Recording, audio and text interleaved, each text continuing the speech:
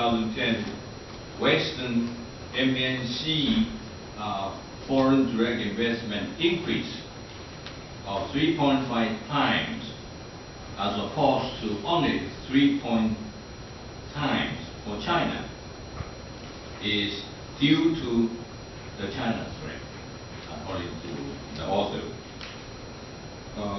Such conclusion or such remark perhaps require more rigorous and convincing evidence. Let's take a moment to think about, for example, Japan, the Japanese investment in ASEAN countries. Clearly, Japan has made conscious effort to diversify investment in order to safeguard both its production and supply chains. This may be actually derived from more rational corporate decisions rather than simply a matter of the outcomes of the China threat per se. Also, it is true that China's more mature investment environment with higher wages, by comparison, make foreign investors from the West and Japan feeling less rewarding. This obviously was another reason which the author did also mention. The fourth point, I think this is a very good point which often is not emphasized enough. The author argued that the ASEAN-China FTA actually moves faster than intra-ASEAN FTA among members of the ASEAN countries. That enabled China to develop individualized or separate economic interaction with different ASEAN member states with different types of market needs and local resources. So one cannot speak in terms of generality between China and ASEAN per se alone, but one has to look at each individual countries of the ASEAN member and China separately. Number 5, ASEAN plus 1 FTAs with both Japan and Korea, according to the author on page 7. He says that this served to protect the original supply chain linking ASEAN to Japan and Korea, allowing them to defend against the Chinese penetration in the ASEAN market. But the author later acknowledged, I quote, the goods flowing from Japan and Korea to ASEAN were clearly differentiated from the Chinese products, unquote, meaning that the Japanese and the Korean products are mostly at higher values and higher price categories. In short, is there really a direct competition between Japanese, Korean products and the Chinese, or perhaps I'm sure the author knows enough for that, but I wish that he perhaps in the future could elaborate a little bit more to account for the subtleties between the two. Number 6, Taiwan has no ASEAN FTA arrangement, so it is potentially worrisome, as Professor Chen pointed out earlier, worrisome for direct trade between Taiwan and the ASEAN countries. However, one must notice that Taiwan investors may either enter trade and investment through the channels of EFTA between Taiwan and mainland China, They could also do that by way of China-based Taiwanese businessmen, which register its company in China or Hong Kong. Or they could also do that, Taiwanese company that is, through offshore arrangements, as the company may be registered elsewhere, in addition to Hong Kong, maybe Singapore and other foreign countries. So in other words, it's not just a matter of trade or investment between Taiwan home base and ASEAN countries alone.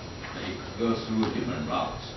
I think the Taiwanese are very clever businessmen, and they often are very small and medium-sized and highly mobile and flexible.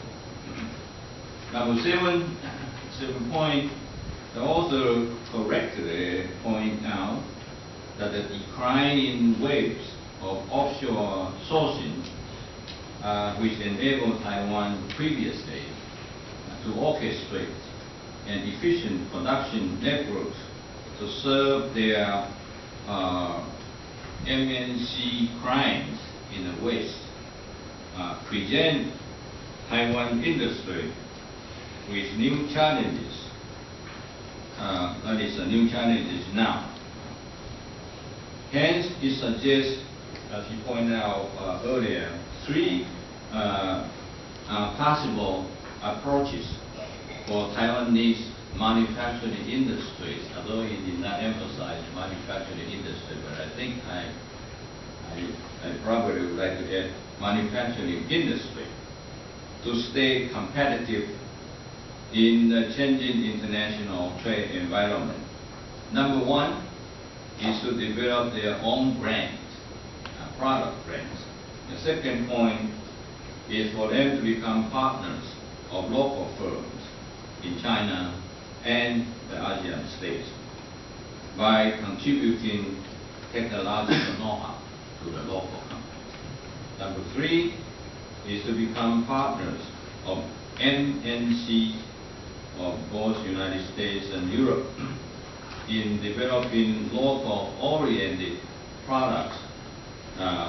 He emphasized that this is so special, especially with linkage to American and European MNCs due to advantage in psychic and geographic distance.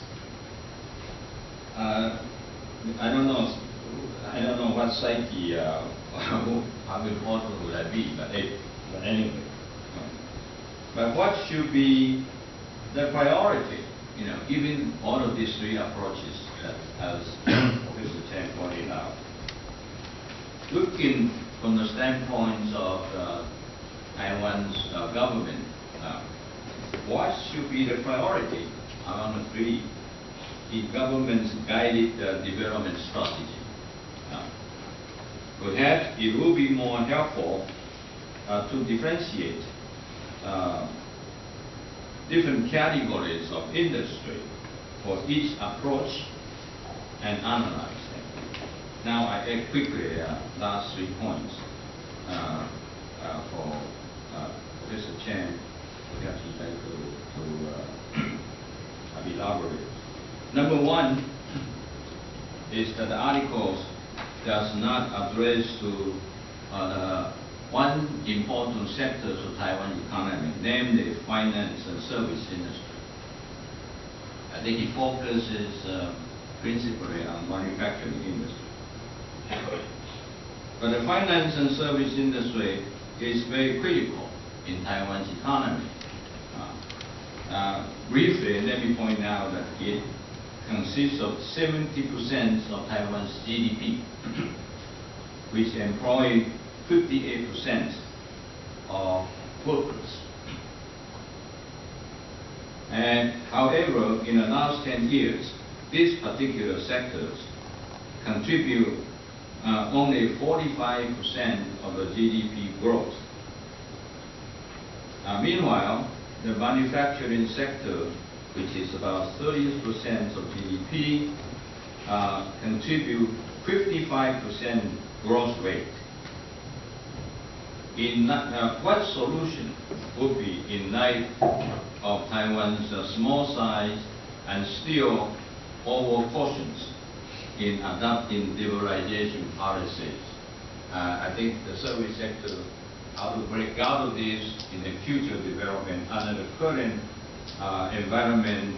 Perhaps Professor Chen can enlighten us later on.